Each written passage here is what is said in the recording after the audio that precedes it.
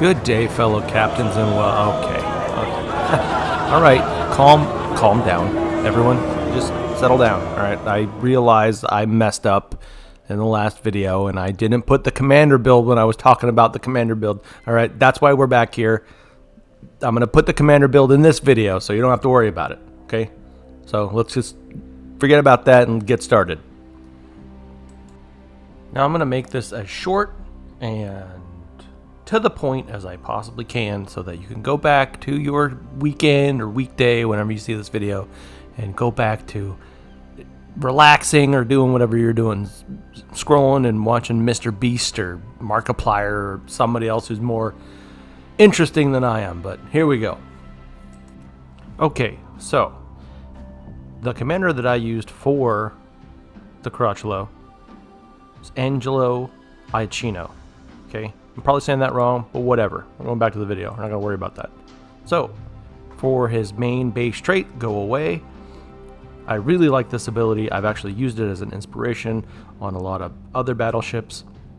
So, when firing at a battleship or a destroyer, increases the shell grouping when shooting at those two classes by 2.7%. Pretty good, right? Pretty good. However, your battleship main battery shell grouping when shooting at cruisers plus 6.3%.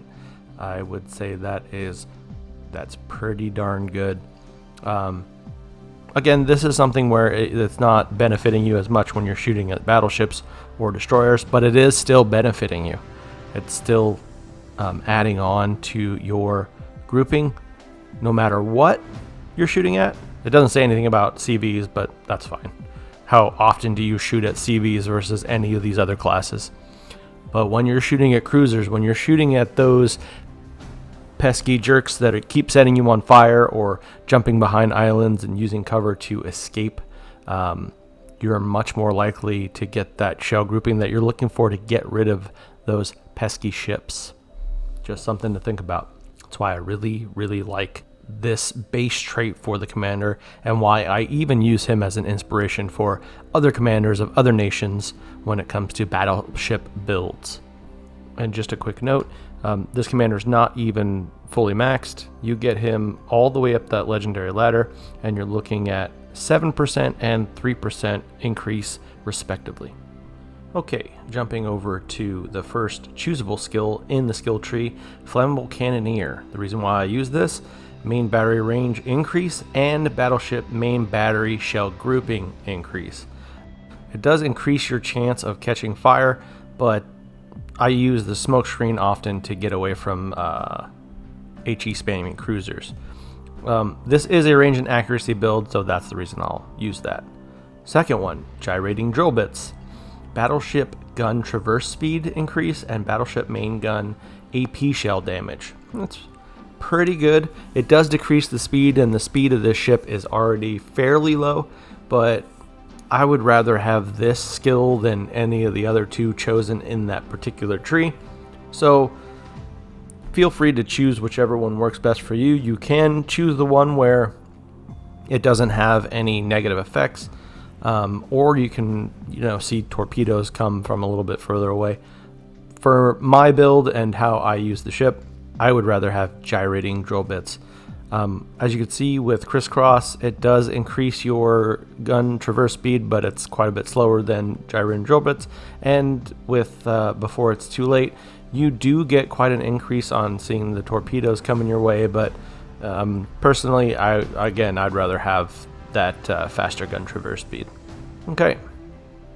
It is not a secondary build, so we are not going to run properly meticulous. You certainly can, but for this build, again, range and dispersion and grouping, I'm going to pick marksmanship.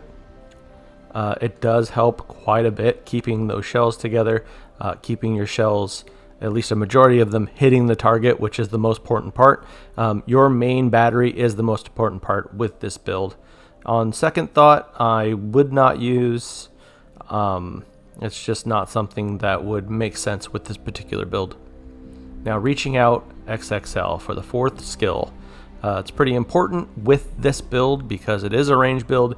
You're trying to engage targets before that they can engage you, or in a way that they're engaging you from so far that they don't have a dispersion build and their shells go everywhere. I do really like using that ability in order to get a little bit extra range, and with this build I think I was shooting out to about 17.4. Smoke on the water, not really a necessary choice in my opinion. I know that there's a lot of Italian battleship commanders that use that and rely on it, but I do not. Iron Resolve. Iron Resolve is one that you definitely can use, and you would probably want to use it in conjunction with the legendary skill Testudo, or Testudio. I don't remember what it's called.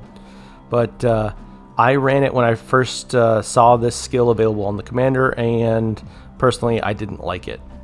I would rather stick to Will to Rebuild, where oftentimes I will either be running with a division mate and able to keep me from dying from getting burnt out or flooding.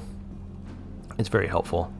Farsight, that's something you might want to use in conjunction with before it's too late, so you can see torpedoes even further. However, I've never done that. I don't know how lucrative that would be.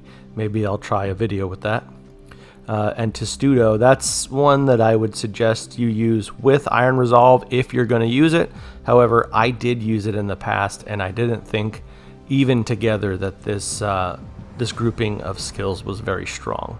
So personally, I don't recommend it, especially for this particular build where you're working on accuracy and range.